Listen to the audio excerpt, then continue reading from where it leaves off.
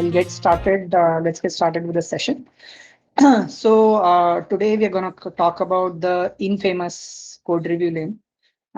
With me, I have my colleague Arnav. Quick introduction about Arnav. Arnav is an experienced technology consultant at Technogize. He loves exploring and implementing better ways of delivering great software. He's an avid learner, always in a lookout of learning new technologies and new process, and always look out to challenge the process and make things better. That's where his interest lies. Over to you now. Thanks, Anand. Anand is founder and director of Technogize. While he wears many hats as an entrepreneur, but his first love is coding. And I remember my first day at Technogize. When I entered the office, the first image that I saw was Anand coding on the table. So he loves coding that much. And he has been follower and advocate of XP practices for around approximately 15 years now. We both will be driving this session. As Mayank said, please feel free to ask any questions if you have right away.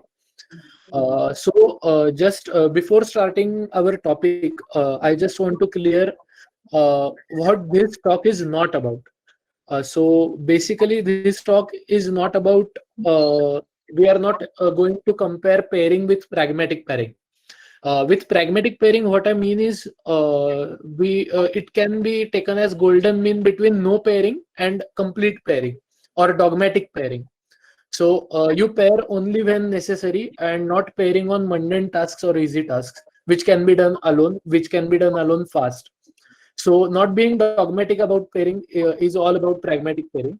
So we are not going to delve into which is better thing, a pairing or pragmatic pairing. After that, we are taking a premise that for some reason, the team you are working in has decided to uh, follow the PR model or have a review code review swim lane in your sprint boards. So we are having that as a basic premise. It is in no way suggesting that PR model is any better, or we are not going to discuss much about whether PR model is any better or not. We are, as I said, we are assuming that we have decided to, means team has decided to follow PR approach and then see what are the challenges we encounter during that and what are the ways to solve those challenges. And another thing that we are not going to talk about is different ways of branching techniques. These are the things that we will be keeping away from. So that our talk will be crisp and our questions will be crisp as well. Arjun can take ahead with agenda. Cool. Thanks, Arnav, for explaining what this talk is not about. Let me go over what this talk is actually about. We are going to talk about some common patterns in a sprint, how the code review lane becomes infamous, the journey of code review lane to be a good trade-off to becoming an infamous review lane and delivery bottleneck. There's downsides of the pattern that we would see in the sprint, and the reasons for this pattern.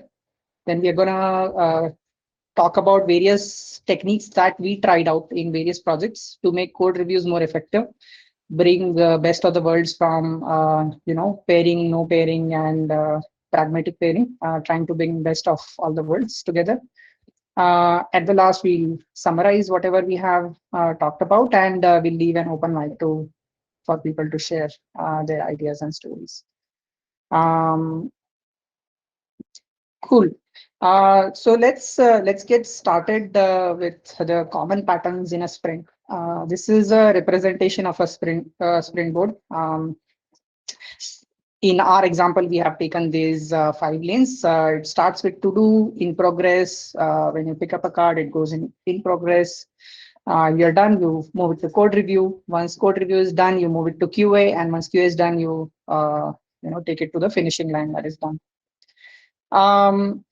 This is a representation of how a typical sprint would start. It would start with everything in to do.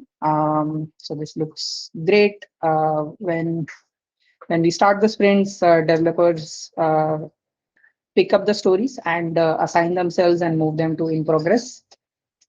Uh, so far, so good. One developer finishes a story, moves it into a code review, picks up another story at the top of the backlog, and continue the work.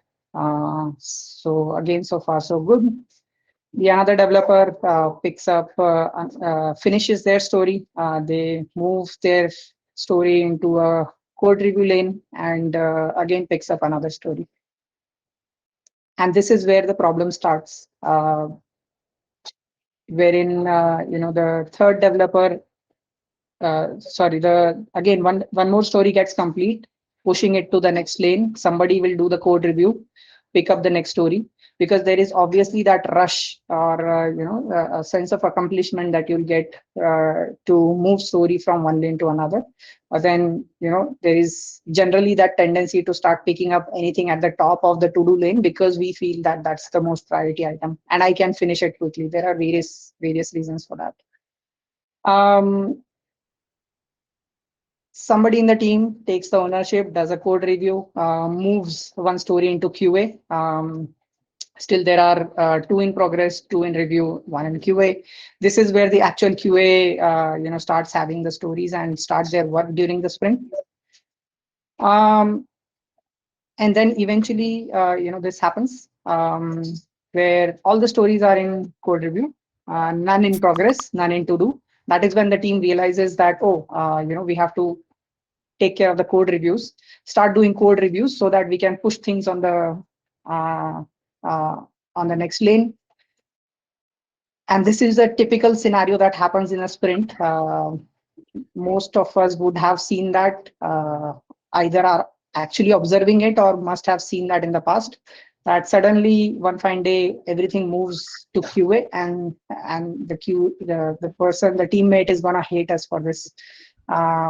That in the initial few sprints, it was more left heavy, where things were on to do and in progress and code review, and then it became a right heavy, where there is nothing for the developers to pick up or do, but there is lot of burden on QAs to sign up the stories to add business value. And towards the end of the sprint also, if you see, there is no much business value we have added because we have mostly moved one story into done and other 5 stories are still in QA.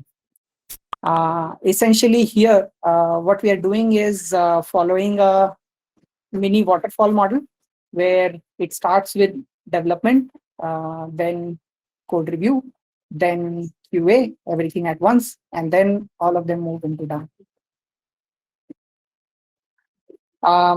Does anybody wants to share their story in terms of if they have seen these patterns in their teams before? Does it look familiar? You can comment on the chat window or unmute yourself and talk about it if you want. Yes, I have experienced it mostly during the beginning and in middle phase. Most of the things are in the uh, start or in progress, most of the stories, and towards the end of the sprint, last 3 days, it becomes such a rush on the people who are reviewing, testing the codes that many a times it gets spilled over, it causes pressure, anxiety, stress, and all of that. Yeah, Yeah. yeah.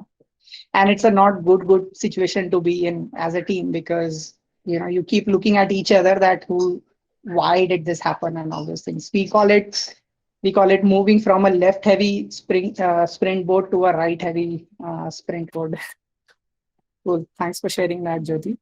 um Moving on to the downsides of these patterns, do we see any downsides of these, like major downsides when such a thing happens in the sprint? Yeah, we keep wondering about what went wrong, and mostly we do not come up with what the reason exactly was. And in the next sprints, we just try to be more proactive in anything that we do, and yet sometimes we are successful in completing all the sprint goals, but sometimes it happens that we have stories spilled over, and that's not a very good feeling to have at the end of a weekend. Yeah, totally agree with that. Anybody else wants to comment on this? Any other downsides? We are not able to deliver our sprint goals. QA people might need to stretch their work hours because of this overhead. Yeah. Yeah, correct. And Pranay says that there is no optimal utilization of dev QAs throughout the sprint. Yeah, totally agree with that.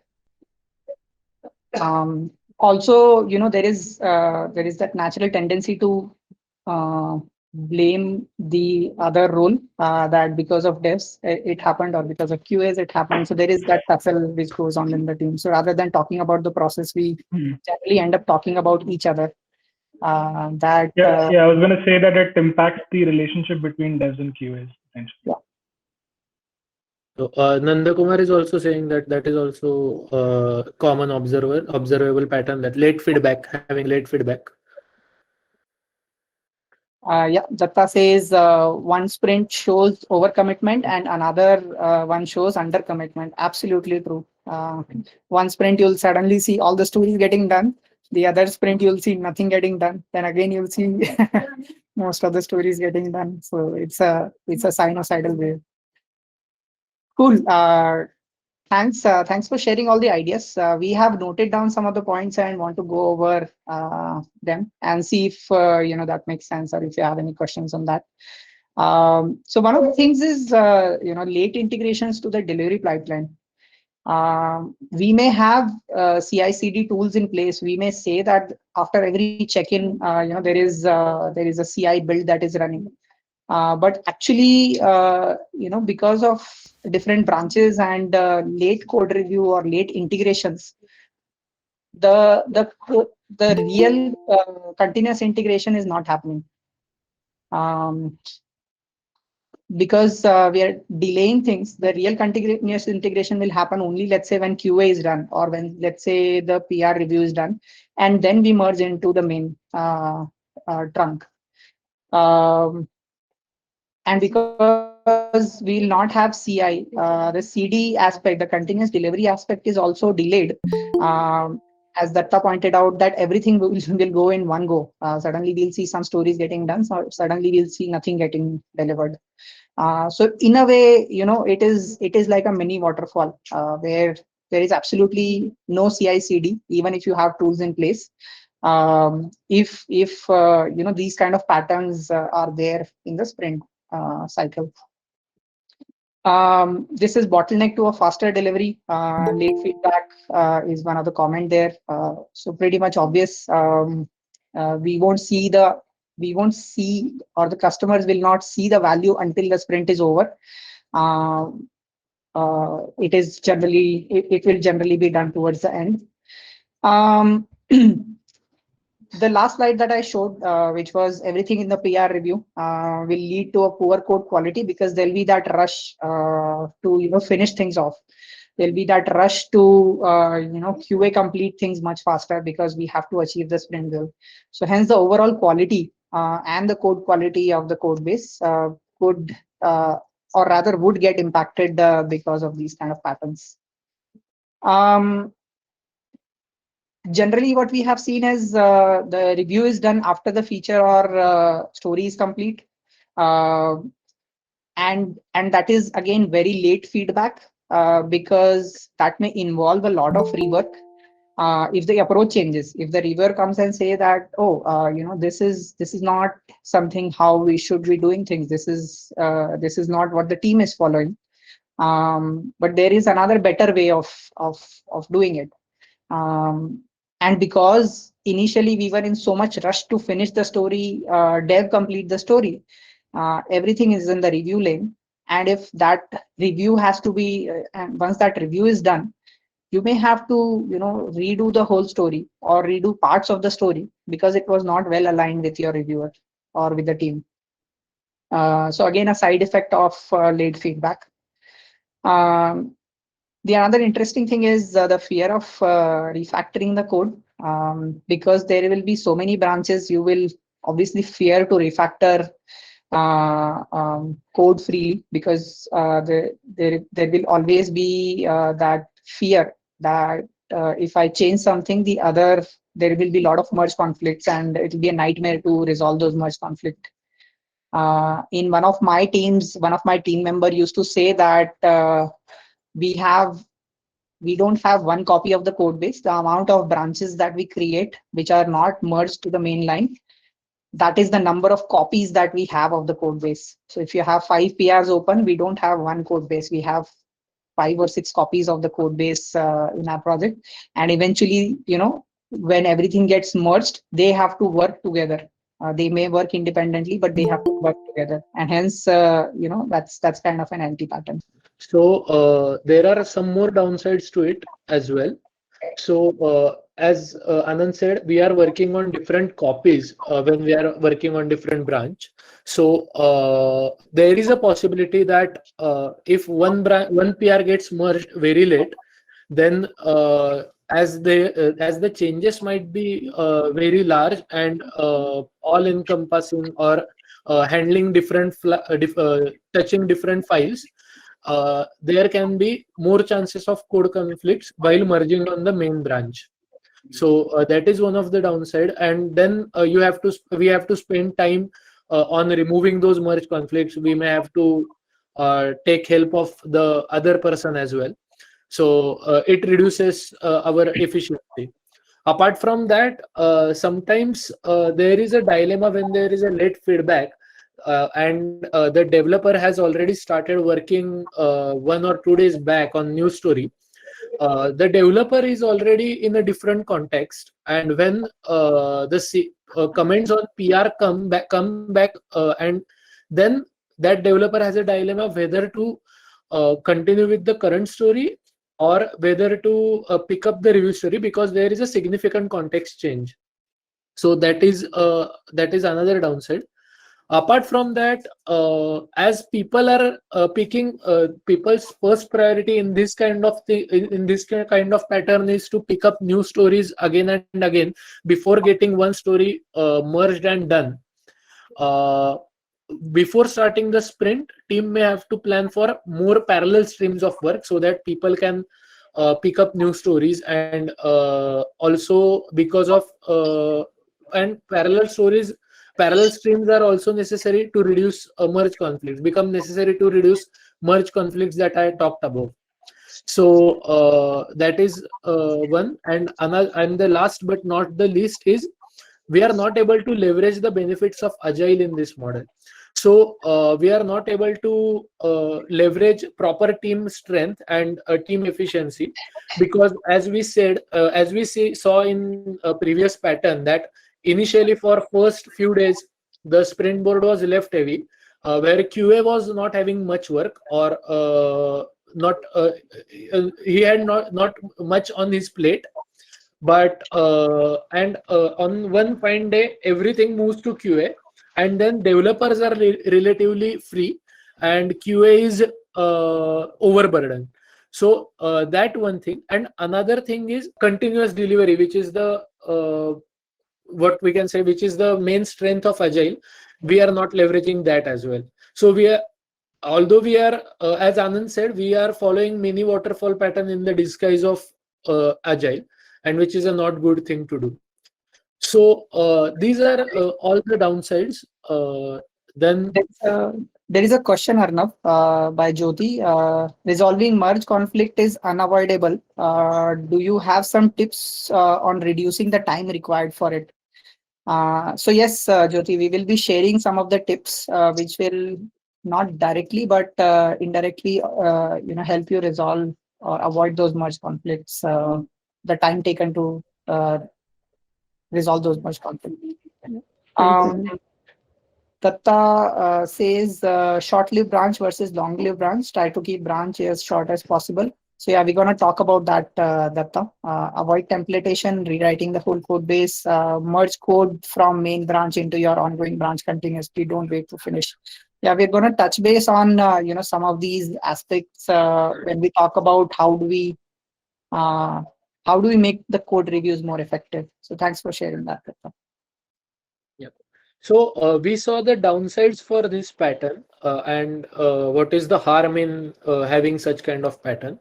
So can you envision some of the reasons, or have you faced some of the reasons leading up to this pattern? Anyone? Why this kind of a thing happens in the first place? Exactly. Mostly reviewers are not available. If they are not available for 2-3 days, then it makes life difficult. Okay. So lack of availability of reviewers. Yeah, good point. Larger stories leading to larger branches PRs, in turn making the PR process very much difficult. Yeah. No one touching the PR very easily to review. Yeah, absolutely. And these are practical challenges, right? There is nothing to blame or anything like that. These are all practical challenges all of us have faced. In many teams, I've also seen only specific people doing the code review. So that is also a bottleneck. For example, only the tech leads would do it or something like that. Yeah, absolutely. That's exactly what Rishabh was Yeah. wanted to say as well. Mostly when one teammate is responsible for reviewing all the PRs, like PR Masiya. Good one, Rishabh. So yes, we some of these reasons we have listed some of these reasons as well. So as Prathamesh said, big PR, if story slicing is not done properly, there are big PRs, and for other reasons as well. So when there is a big PR, so basic human mindset and psychology is to pick up the smallest work possible or easiest work possible. And if we saw that, there are so many files to review, so and it is going to take much time, there is inbuilt inertia to go and look at that PR. So time to PR also increases. Uh, Apart from that, there is a classic bystander effect that okay, we are 6 team members and one has raised a PR, and so there are 5 reviewers available. So okay, someone will review it, and everyone says the same thing, and it keeps as it stays only in code review length, just to realize at the last day that nobody looked at it. So that is someone will look at it. ये मेरा काम नहीं है. Someone will look it. Apart from that, और ये मेरा काम नहीं है नहीं, but ऐसा कि बाकी के देख लेंगे. Apart from that, as I said, while reviewing a PR, there is a significant context change as well, because you are working on something else, and then you have to switch that context, go through that PR, and then come back to your original context. So tendency is like that ki, let us finish my work first and then I can review. So that is one. Apart from that, as we saw that tendency of developers in the pattern that we saw earlier is to pick up new stories, and having so many a times we have encountered that many a times we feel that picking up the new story will help the team achieve more, but in effect it is not the case, because we are getting nothing done by picking up new stories and not finishing one story at a time. So we can say it is a false sense of accomplishment that I am achieving more. Apart from that, some of the practical challenges are there are distributed teams which are working in different time zones. So review will maybe difficult to go through, and or to, for various reasons, if there is not a good communication between distributed teams, then it can lead to this pattern. And again, as many people point out, that PR Masiya, so relying on only few, or Masiyas, relying on only few people to do the review and not putting onus on each and every one of the team to review. So these are some of the common reasons that lead to such left heavy to right heavy shift in one day, or in a very small margin of the time. So that is one. There is also one comment from Anam that the devs mostly believe that their work is to move the story to CR lane only. Yep. So we're going to jump on talking about how do we make the code reviews more effective. And there are various techniques that we have tried in our projects. We're going to share some of them. Feel free to share, your hacks also to resolve this. So before jumping into some of the things that we have tried out, does anybody want to talk about what they have tried in their projects? I think there was a comment on that by Datta around short-lived branches. Try to keep branch as small as possible. Avoid temptation to rewrite the whole code base. Merge the code base with main branch in your ongoing branch continuously. Any other ideas that as a group we have tried out in our projects to make these reviews more effective? So in our latest project, we removed the code review lane itself. Nice. What were the side effects of it, or how did you do that? ATM, can you talk about it a bit? So we kept just we have status and sorry, am I audible? Yeah. Yeah. So our board represent just a few broader categories, not as such minute statuses. We have it as a status, but it represents in only one category, that is work in progress, nothing else. And do you follow the synchronous code review? How do you ensure that the code quality is met, or do you pair? Right now we are just two, so code review is simpler, but I don't know how it could span forward. But it's like a work in progress thing only, right? It's not like something which is done. So it gives a true sense that something is done, and something which is work in progress is one work in progress. Yeah. Absolutely. Anybody else want to share their thoughts? There are different ones that we keep trying as part of our teams. There are because it's also a time zone different or co-space. It's not in the same time zone. So there is also a catch that the reviewers might not be available when our work finishes and something like that. So what we try to do is, if we are not able to pair on those stories, at least we pair on the code review, so that thing gets done. We also trust our members that if somebody is doing a code review and they feel that some change might be better, so instead of just putting in a review comment there, they would actually change the code and push it there. So that way, the code is always churning out. There is not a static element, or there is not a responsibility of a person only to do it. So everybody owns that code. These are some of the ones that at least are more effective for us. Yeah, one thing that has worked for us is we start claiming code reviews. So at any point of time, if any dev has a PR that needs to be merged, they just put a message on Slack, and we actually claim that PR. That yes, I am going to look at it. So the first one who claims it, he'll actually review it. Yeah. So one thing that we followed in one of our previous organizations was to make the code review more invitable. So we set this general rule of thumb that code review, the PR should not have more than 11 files and should not have more than 500 changes. So I mean, it's more invitable, and people should go and review. It shouldn't be a personality. It shouldn't be a responsibility of one person only. So this worked for us at that time. Nice, good one. There are a couple of comments on the chat. Anam says that check the CR lane before picking up the new story. Yeah. Anand says that we change the strategy to anyone can can review code in the team. Absolutely, yes. Building more code reviewers. Prathamesh says he loved pairing on code part, which Nayab mentioned, and +1 by Anam.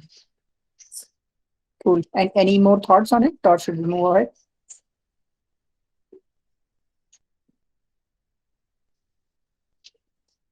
Okay, I take that as a no. One of the mindset shift that we have tried out in our project is treating the code review as the highest priority item, and essentially thinking of the board from left to right as a low to high priority. There are a couple of reasons for it. One, if something is on code review, that means there are high chances that it will be a top priority in the to-do lane. There are high chances that this was the sprint priority. If you pick up the sprint as stories, so this might be a highest priority item in the sprint, which we should move forward. The second is if we treat it as low to high priority, the chances of getting a story done from a code review lane to a done lane is much higher than time taken by a story from to do to done. And hence, like Anam mentioned, whoever finishes their story, that is one aspect, that whoever finishes the story picks up the code review. I think we are going one step ahead by saying that as soon as there is something in the review, that should move forward. We should pause or somebody has to pause their current story, ensure that the code review is done, and move it to the next lane so that somebody can take up and start doing their work, because the likelihood of moving that to done is much higher. Once the code review is done, the person can get back to the story. If we have seen that if there is this shift of the mindset where we start thinking of working as a team and treating the priorities right, it will help us become more effective. Secondly, it will avoid having the left heavy or a right heavy kind of a sprint board. You'll start seeing that the sprint board is generally more stable and equilibrium in an equilibrium state. So that is one mindset shift that we have tried out in our projects. The second is ensure that we have some sort of a WIP limit on the review lane. WIP limit is a work in progress limit. So generally, in any of the digital boards that you try out, they have this WIP limit concept, and they highlight, if there are more cards than required in a particular lane. For example, in our case, we had a WIP limit of in the code review as 1. The moment there are 2 cards, then there is something wrong, and we have to stop everything and ensure that those code reviews are done and they are moved forward or they are moved backward, depending upon what is the outcome of the review. So another way to prioritize the code review better, so that we get a better outcome during the sprint. Feel free to interrupt if you have any questions or want to talk more about any of these ideas.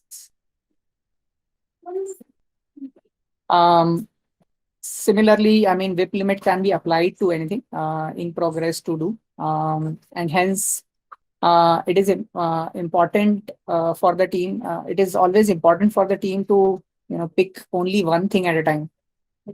For example, in this sprint board, the representation is the same person is assigned to 3 stories, which is practically impossible. The person cannot work on 3 things at the same time. So make sure that whatever you are assigned to, you are assigned to only 1 card. You are doing one thing at a time, so that you have your full focus on that and ensure the completeness of it. In the physical board world, it was much easier because you would have the name sticky or a photo of the person to assign on the physical card. So you cannot have two photos of the same person or two name stickies of the same person. But the digital world allows that. But we should avoid doing that. I always am a strong believer of mimicking the real world into the digital world. So I think in this case, in such kind of cases, we should surely mimic the real world, the real physical sprint board, and ensure that we are not working on too many things at the same time, and work only on one thing at a time. Yeah. Anand, Sorry, I Jyoti. have one question. Yeah. One thing you mentioned is in the code review lane, we can try to have a width limit of say 1 or 2 or whatever number of code reviews to be done. And secondly, you also mentioned that only one person should be focused on one story. But and if that is the case, if say there are 3-4 developers, then it will and everyone is focusing on one story, it will ultimately lead to more number of PRs in the code review lane. Isn't that correct? Sorry, I missed the last part of the question, Jyoti. Can you repeat the last? So suppose 3 or 4 developers are independently working on different stories, and then all of them will push their codes to the review lane, and at the same time we have a WIP limit on the review lane. How will both of these work together? Yeah. So the concept of WIP limit is not to have this situation, but as we've highlighted here in red, that this WIP limit is an indication that something is wrong with this lane, and it needs an attention. So if there are more than one stories, so in your example, if 3 developers are there and all 3 of them have pushed the stories at the same time to the review lane, then it is okay to not pick up a new story, focus on reviews, let's review each other's PRs, and then move it ahead or move it back, whichever makes sense, whatever is the outcome of the review. Okay. We should. Yeah. So WIP limit is just an indicator, an alarm. Yes. Okay. Yes, absolutely. It's an alarm that something is wrong and it needs an attention. Anand, Anam has asked question in the chat that what if there are only 2-3 devs and one person is pushing story faster to CR length?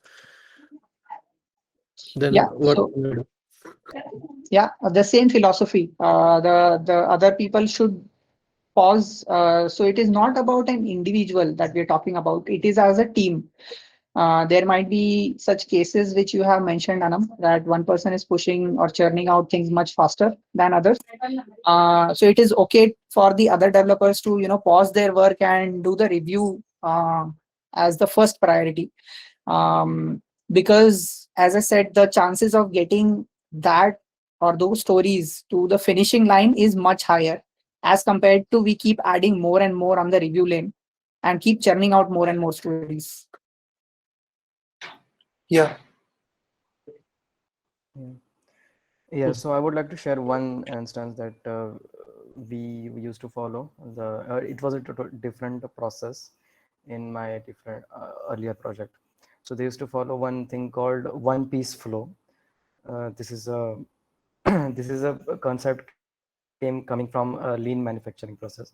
So when a developer picks one story, he has to do only one thing at a time. So basically he's taking that story till the end, and he's not going to pick up anything else. So if the story goes into code review, he will have it's his responsibility as well to get that code reviewed, get that code QA'd, and then deployed, and then only pick up the next one. So that limited most of the other things as well, like making the stories smaller and smallest as possible and all sorts of things.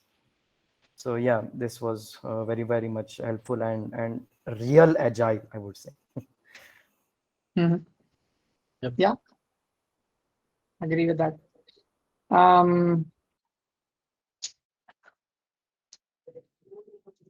So we saw what we can do using Sprintboard and using team as a help. but what we can do as a PR creator or as a reviewer. So as Nayab mentioned, what pairing with the reviewer. So we tried that thing in our team, and it was very synchronous and fastest way to review of all the ways that I have worked in. So there are multiple, not only the it is a fastest is one of the advantage, but there are multiple advantages to it. So for example, in physical world, we used to interact with our team members. We used to have a tea with them. We used to have chat with them on the lunch table, dining or evening snacks. But in the distance, in current world, we are not having many opportunities to do that.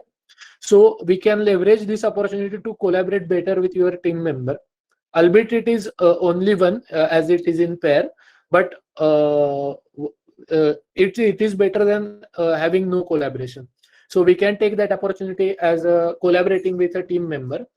Apart from that, there multiple times it happens that if the whole code base is very large, many a time it happens that reviewer may not have context of the PR or what this PR is exactly doing. And also the reviewer is working on his or her own story. There is a significant context change. So it helps a reviewer to have faster context regarding that PR, and that also helps in making review an effective one. After that, it also helps in understanding the reviewer's perspective for the one who has created a PR. So and effectively leading to making every team member to be a good reviewer or learning from each other. So we can utilize our teams better in reviewing better and efficiently. All these three can lead to be reviewing the big PRs much faster than they usually do. And when we are pairing, the inertia that I talked about, which comes with the big PRs, is also reduced because you can have faster context and all the above three things. So it is a fun as well. So I have witnessed it is a fun to interact as we saw in the first point, that we can collaborate with team member. So inertia is reduced and reviews get done quickly. So this is what personally I have also worked in reviewed certain PRs where I was not even part of those projects, but doing a synchronous code review not only helped review the PR, but also gain that context very quickly. So I can very much go and review somebody else's PR in some other code, some other teachers. Actually, when you are starting new to a project, this is an excellent opportunity to get familiar with the code base. That is what I've observed. So when you're just starting, the code base is fresh. You have absolutely no idea how things work.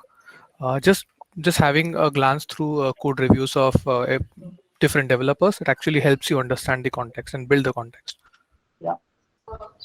And as ATM also pointed out that, as Atmaram also pointed out that if we are doing this, we can pretty much remove the code review lane. It's not needed at all because you are doing it in sync. You are getting the feedback immediately. You don't even need that lane. You just directly move story from in dev to in QA.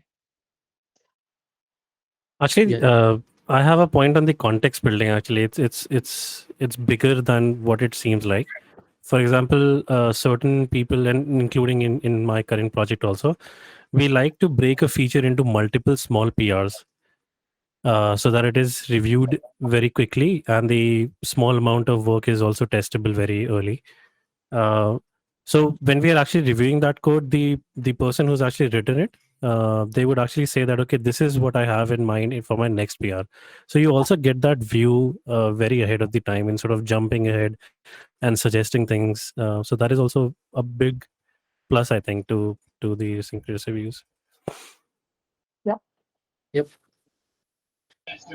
So Yeah, only difficulty faced for paired reviews is like availability. Sometimes both the persons may not be available, so you need to devise alternative methods as well, not just rely on this. Yeah. And that's what we have also experienced. right. Yeah, So, absolutely. yes, and to as Atmaram said, to devise various methods. So we come to the next method, which is you don't need anyone's availability. You have to review your own code first before raising a PR. If you review your own code first, if you review our own code first, many a times it happens that we have missed some very trivial thing, which we know that which is going to come as a review comment, and which had we reviewed our own PR would have seen it as well. So if we make a habit of reviewing our own PR first, it will work wonders for the team. So basically, it reviews it saves review time as well, time of your reviewer as well. Apart from it is a good habit to have, because I feel that if you start correcting your own code or reviewing your own code, it leads to making yourself a better coder, and having identifying what are the code smells, where it is going wrong. So you become self-aware, what are your what are you good at, what are you bad at as well. And apart from that, you also become a better reviewer. And again, connecting to the previous slides, we ultimate aim of team is having a better excelling at reviews. Again, every team member should excel at reviews, and that's why if you make it a habit, then eventually team is going to benefit from this as well. So sorry, go ahead. Yeah. So then how can we make code reviews effective? In that, as a team, what we can do? So as a team, we can develop some code standards or have a review checklist for adhering to the code standard. So maybe things like code coverage, whatever code you have written, test coverage should be greater than 90%, or follow some code styles. Maybe say follow design guidelines. So for example, in React, if your team has decided not to have any class-based component and use functional components only, so that is one of the design guidelines.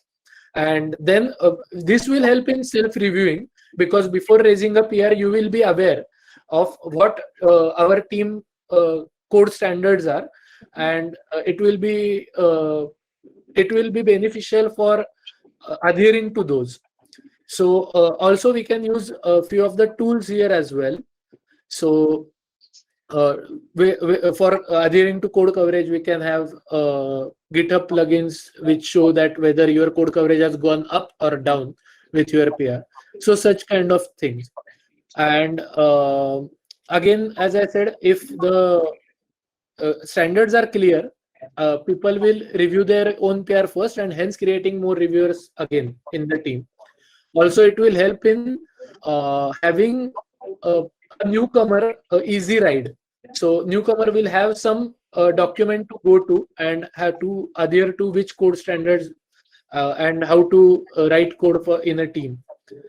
So that is about how we can pre-think what are the code standards and help in code reviews.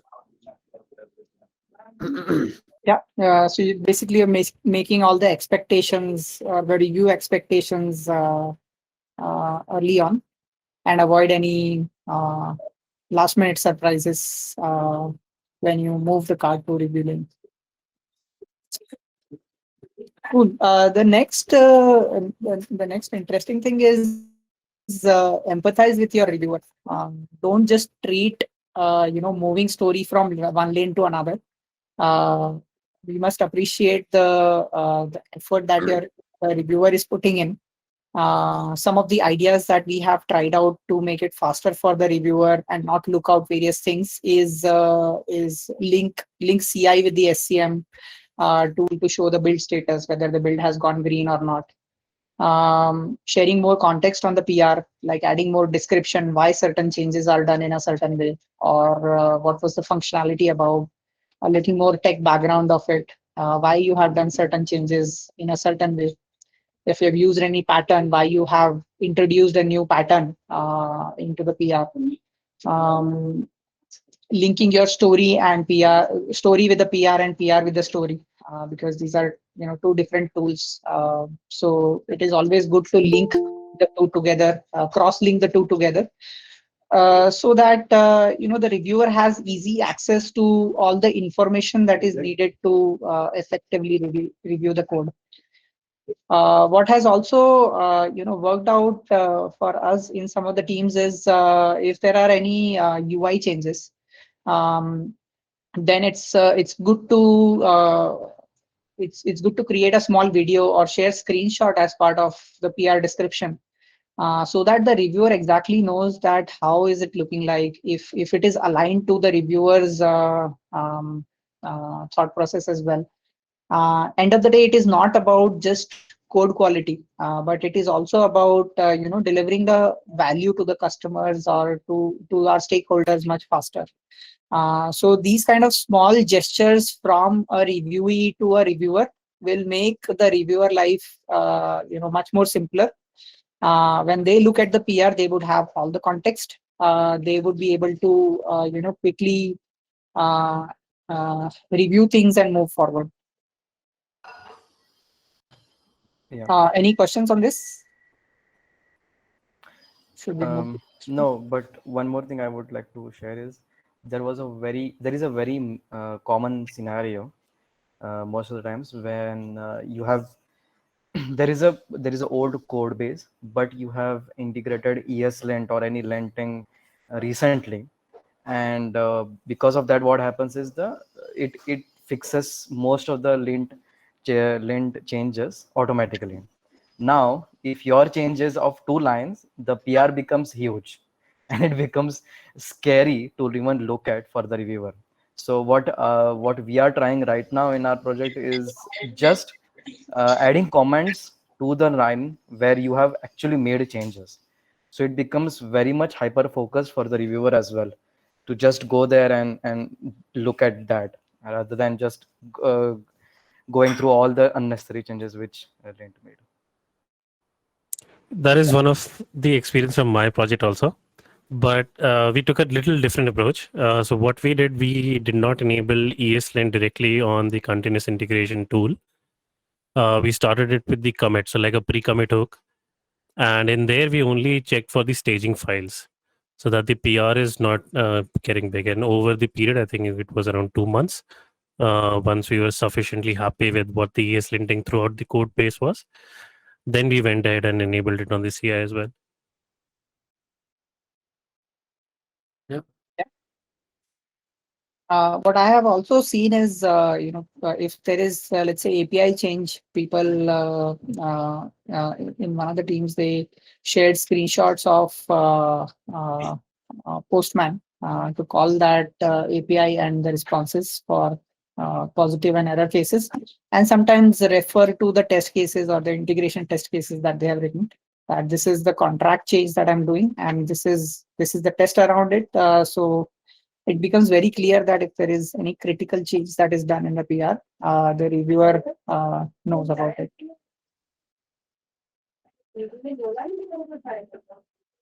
Cool. Moving to the next one, nudge your team. As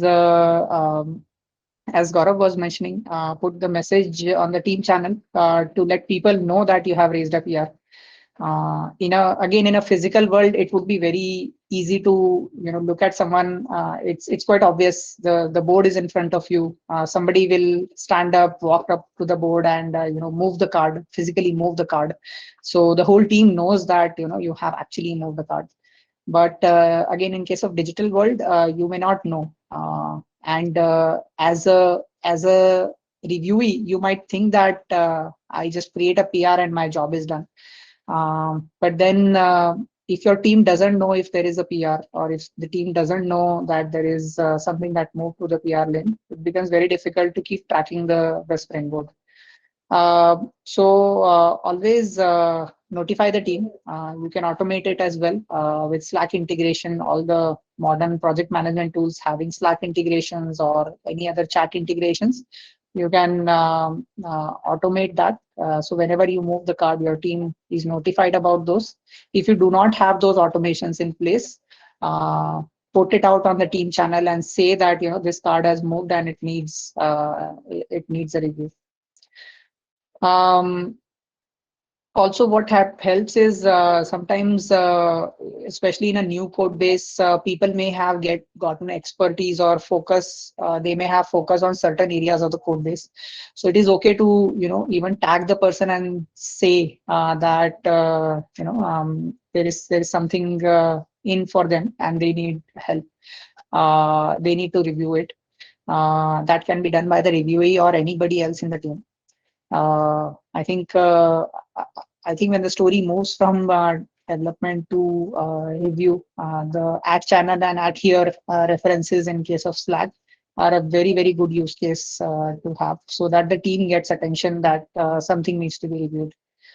I think in one of the projects we have also tried out that once you get this kind of notification, the downside that we saw was many people jump on the PR. So we made a habit that there is an eye icon in Slack, so people just put an eye icon that I'm looking into it, so that the team immediately gets acknowledged that somebody is on it, so I don't have to worry about it. But if such kind of a message does not have an eye icon on it, that means nobody is looking at it and it needs to be reviewed on priority.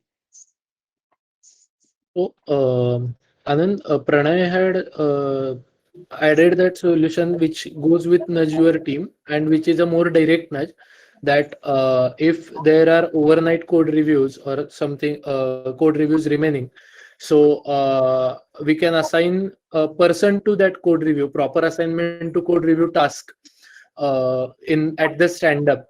So that that code review, everyone knows that code review is to be prioritized, and that would be done directly instead of waiting for someone to pick up that card. So just wanted to add that. Yeah.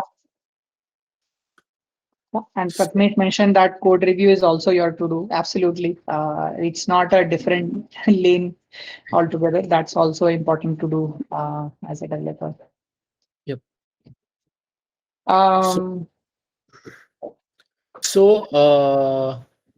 I bet every one of us have the same reaction as this person over here.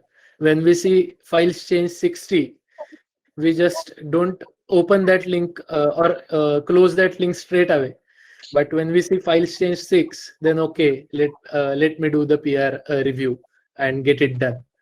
So, and again, as I said in the reasons, this is a common basic human psychology to pick up the easiest task possible.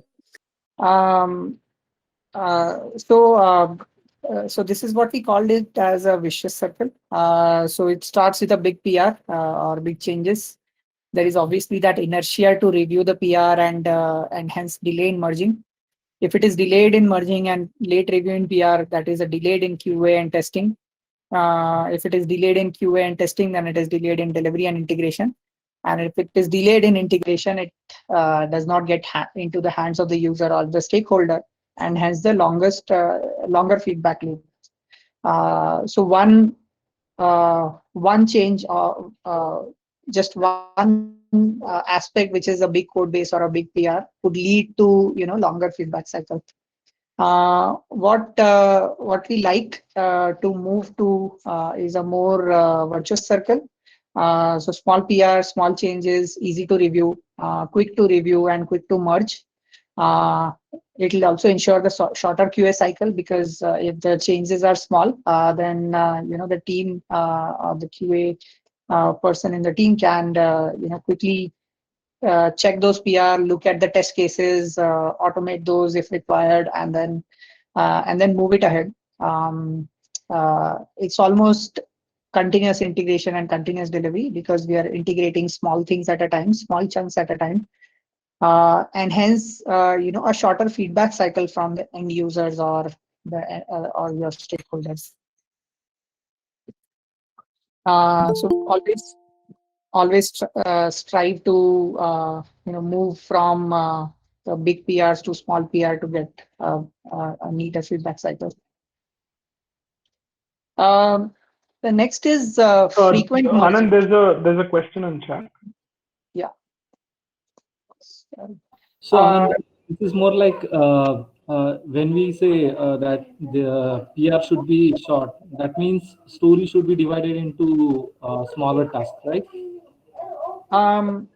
First of all, you should have smaller stories in the first place. That is, I'm a strong believer of slicing the story right, slicing such that they are small and follow the invest principle and eventually add value. That's my first instinct when we talk about small PRs or small code changes. In some cases, if it is unavoidable, then I'll come to the next one, which I think that you're talking about, which is frequent merging and not wait for the story to complete. So frequently merge your story or part of your story or the tasks in your story into the main line, so that you don't have to wait until the whole story is done. You keep integrating with the main trunk line. Obviously, it is not that easy. We have to follow, various other techniques to ensure that we do not break trunk. We have to, make effective use of feature toggle to ensure that the things, half-baked things, are not accidentally released to production. We need to ensure that the breaking changes are not introduced, and that leads to, unnecessary breakages in production. The features that we are building, they should be properly divided, or the tasks within that feature should be properly divided, such that it could go independently into the trunk line. And as you can see in this, for feature 1, we are constantly merging with the trunk. For feature 2, we are constantly merging with the trunk. And when we are merging, obviously, there is code review also happening during that time. So this will avoid a big lump of code coming into the review lane once the feature or the story is done. Rather, it will come in smaller things, smaller chunks. So one of the advantages that is also there, I think, which Naya pointed out and was talking about it, is with these small changes, it is we have seen that if there is a disagreement in the approach, that gets caught early on than after the story is already done, which can avoid a lot of rework. So you can definitely align to the approach and solution and all those things much faster before that story is even done. Does that answer your question, Datta? Yes. Thank you. Any other comment, thoughts?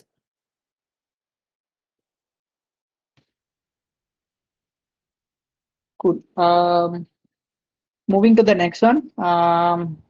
Follow pragmatism. Don't be dogmatic about PR review. If there is nothing to review, if it's a mundane PR, just review it yourself and merge it.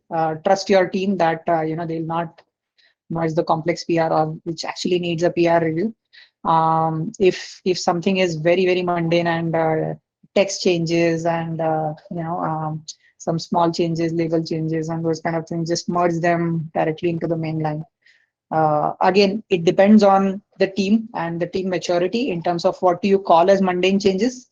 Eventually, if everybody is a reviewer in the team and everybody is reviewing their own code, you have a solid checklist of code reviews, and the team is actually following those checklists.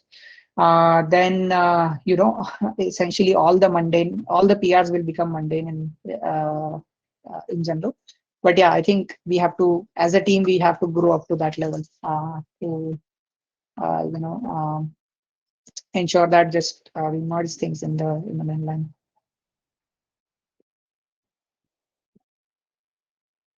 So, anyone wants to add anything, any other solution that they have worked out that have worked out for them? So, We want to go over the summary, Arnav, once, and then we can. okay, cool. So, what we saw basically how we can make a code review effective, and how we can reduce that pattern of moving from left heavy sprint board to right heavy sprint board in a sudden shift.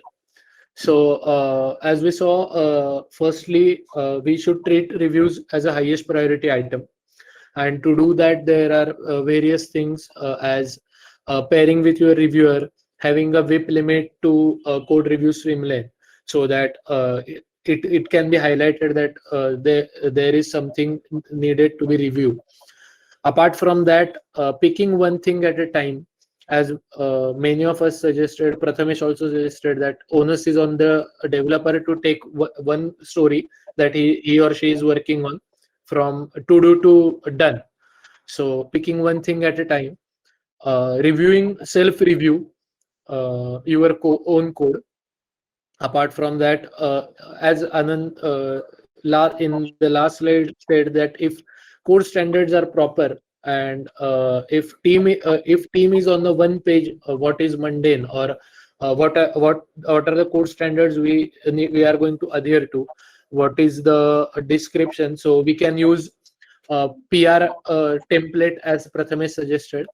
So we can use PR template to empathize with our reviewers as well, so that reviewers' job will be easier and inertia will be much less to review PR. Going forward, we can nudge our team members by employing various techniques that we saw, that using Slack channel or team channels, assigning it directly at the time of the stand-up, as Pranay mentioned. So these are the few things that we can do. Apart from that, keeping our PRs smaller will help a long way. Following pragmatism and merging mundane PRs and not waiting. So especially this is very useful in cross time zone teams. So the team with I am working with right now, it helps in merging the mundane PRs and getting things done when reviewers are not available. So following pragmatism there and not being dogmatic about it, and frequent merging, so that we don't have multiple copies, as Anand suggested, for a long, and getting things into the main line as soon as possible, so the feedback loop is shorter for other team members as well. So these are the few things. Apart from that, some of the solutions mentioned in the chat, I felt very good, were reviewing themselves. The reviewers own the PR. So what Nayab said, that if the change is very small, or the reviewer can do that change, reviewer takes the onus on himself or herself and get that review done. This also works in cross time zone brilliantly. So that's it. And another thing that we can do is, as there is a significant context switch between doing a review and working on your own story, what we can do is we can allot some time to look at PRs where context switching will be lesser. So for example, before starting your day's work, you can allot 15-20 minutes to see if there is any PR in the code review lane, or after your lunch, before starting the work, when you come back from your lunch, you can take that time out as well. So having some special slots to have a look at if there is anything to review. So this also helps in shifting that mindset that review is we should prioritize the review, and review is very important to help our team achieve better and much more. So this is the summary of the solutions that we have worked with, or that you have shared with in the discussion. Yeah, tag a person to review the code. Exactly. So these are some of the reviews, and now we would love to hear your stories as well. What has worked for you apart from what we have discussed? But before that, a big thanks to our teammates as well. So Akash for having awesome graphics and sprint boards. Sagar for having brilliant memes and funny memes. Nayab is our video editor in chief, and Mayank is editor and host. So a very big thanks to all of them as well. And now this is an open mic, and you can share your stories or ask any questions if you have. So this is open mic, and feel free to unmute yourself and share.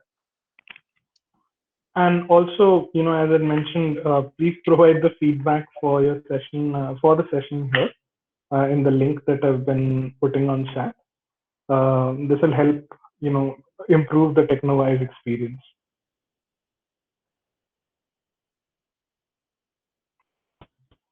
So, one point that I, in fact, wanted to ask, Anand, in one of the previous slides, you mentioned that, make sure that mundane tasks, you just take care of the PR. You don't have to. That is what was basically associated with pragmatism. Now, what is mundane? The definition of what is mundane and what is not mundane, the project can probably define for itself. But sometimes as the project, let's say deadlines or timelines, start creeping up, and there's an insistence that okay, we have to deliver this soon. Maybe that pragmatic shift will probably eat up a lot more other stories as okay, this is also mundane, this is also mundane. Does that happen? Do you think it could potentially happen that people will start, in the name of pragmatism, take bigger stories because they'll be like, we have deadlines to meet. Yeah, I think as they say, with great power comes great responsibility also. So agree with you on that, Mayank, that there could be cases where you start tagging bigger things also as mundane. And hence, it is important for the team to decide based on their maturity level, or based on how much you have alignment with each other. Based on that, move qualify certain things as mundane or not mundane. I think this whole PR review process should not be treated as a process, to be honest.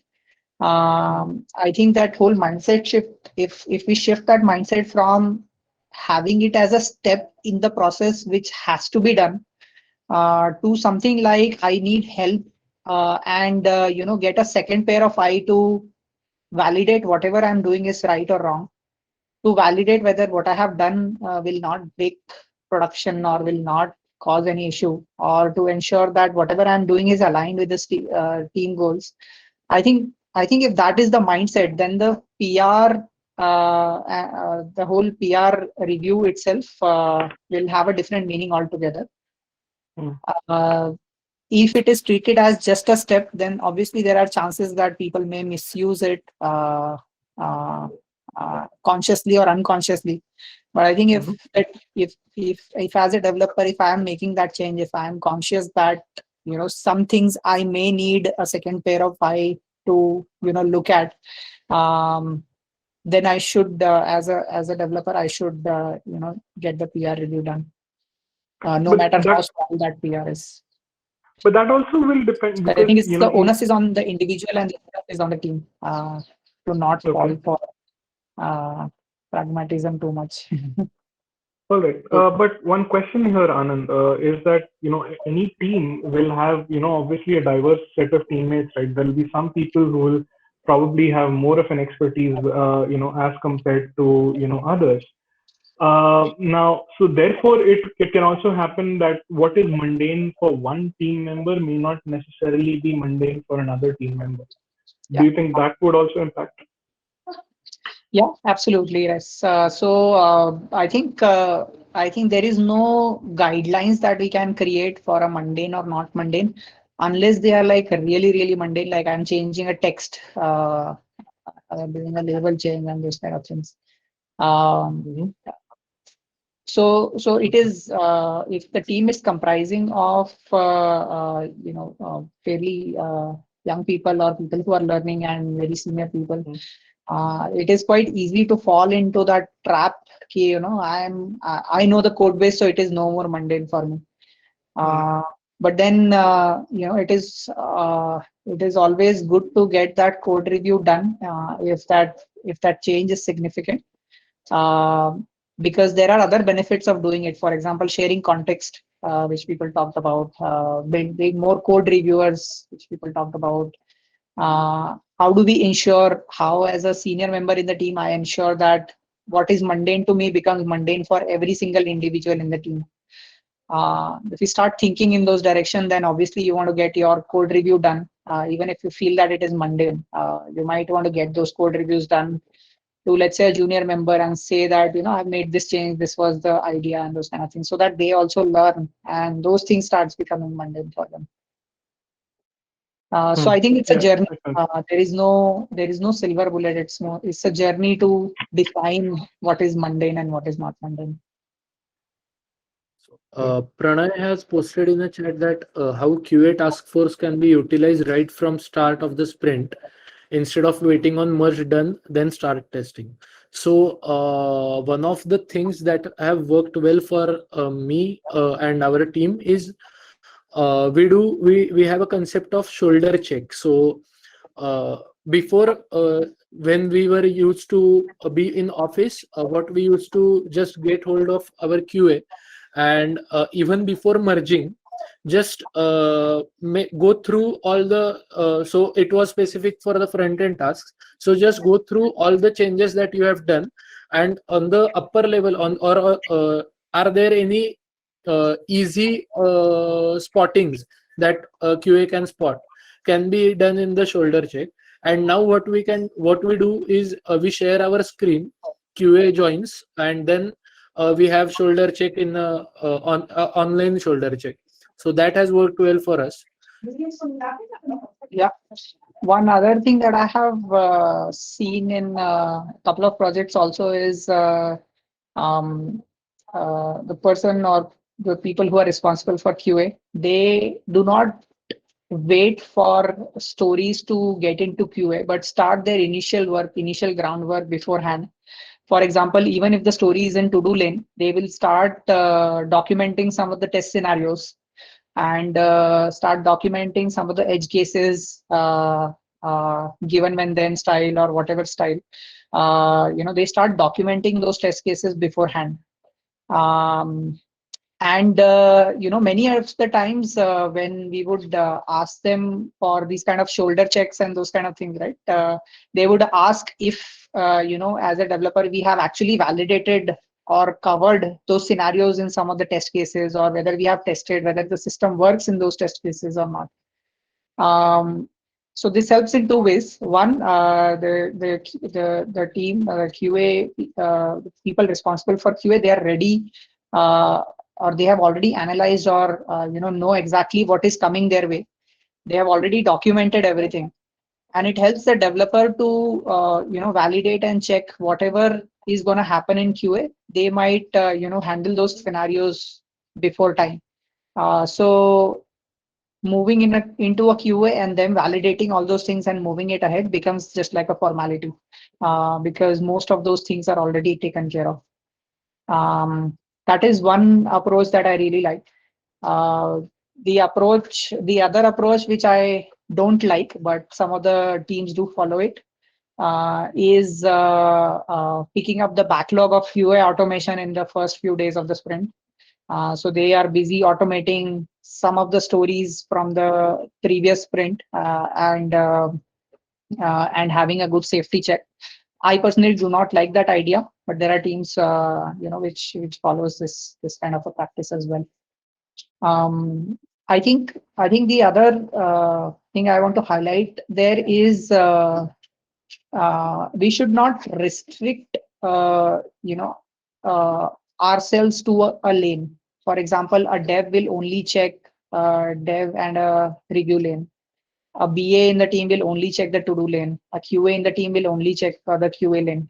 I think if we work as a team, then I'm sure every role can add value in all the lanes or all the steps in delivering the software.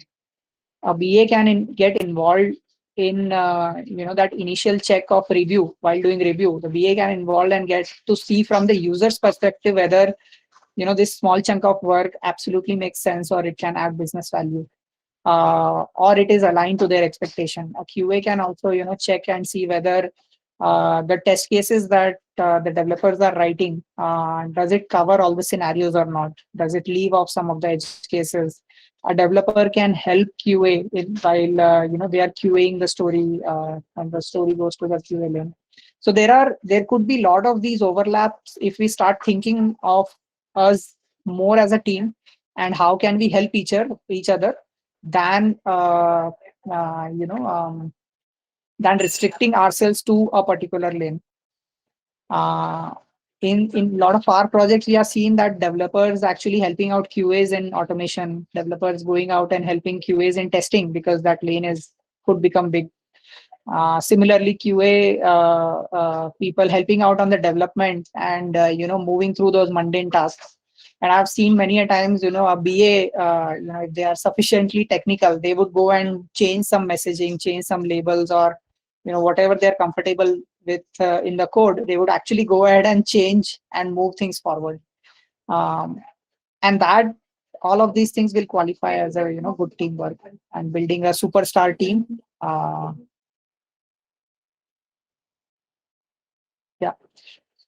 There is also a comment from Datta. A good code reviewer contributes in the dev team as the equivalent of Ravindra Jadeja's fielding efforts in Indian cricket team match, which has a good impact on team success, but it is not visible on the scorecard, scoreboard, aka Agile board. Absolutely true. I think I was briefly hinting to that, but Datta, that's a good analogy, and I'm going to use that as well. So yeah, I think if that whole mindset is towards the team contribution without being highlighted, then I'm sure that we can help each other and work effectively even during the start of the sprint. It was so good to see, that on a Saturday morning, there were so many people, I think roughly 40 people who attended this, and we thank you for investing your time. We hope that this was a good learning experience for some of you, or maybe it just sometimes, it could be reinforcing what you believe in, or it could be learning something new as well. But thanks for that.